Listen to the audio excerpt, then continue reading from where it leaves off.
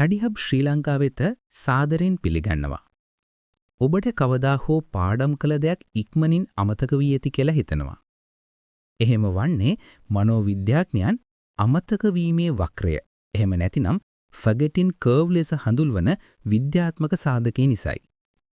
අප ඉගෙන ගන්නාතේ නැවත බලන්නේ නැතිව ඉන්නවනම් අප මතකය නිරන්තරයෙන් කාලයත් සමග මැකිලා යනවා.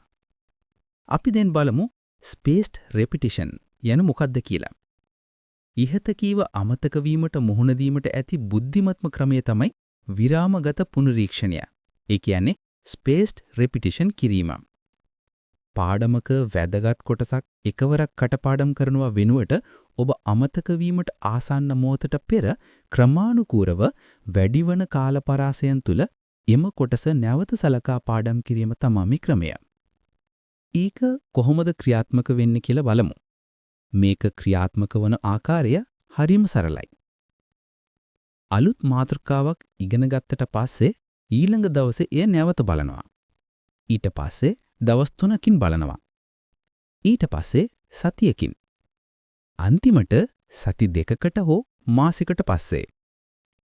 යම් කරුණක් නැවත නැවත මතකයට එනකොට ඔබේ මොළය එම මතක සම්බන්ධය ශක්තිමත් කරනවා.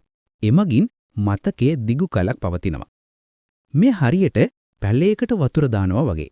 නිතරම නොව පැලයේ මලානික වීගෙන එද්දී වතුර දැමීමෙන් ඒ ශක්තිමත්ව වැඩෙනවා.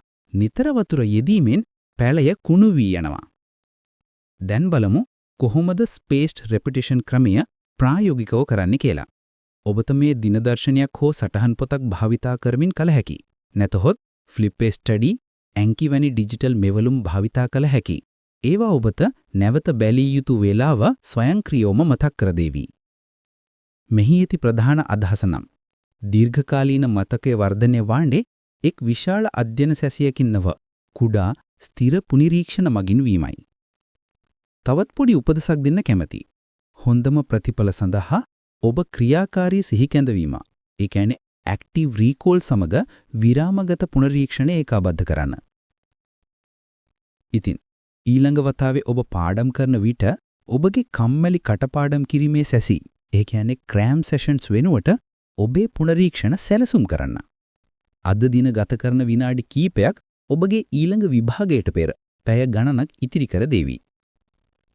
වෙහසකාරී ලෙස නොව බුද්ධිමත්ව පාඩම් කරන්න. ඔබගේ මතකයට ඔබ වෙනුවෙන් වැඩ කරන්න ඉඩ දෙන්න. අපි නැවත හමු වෙමු. ඔබ සීලු දෙනාටම සුබ දවසක්.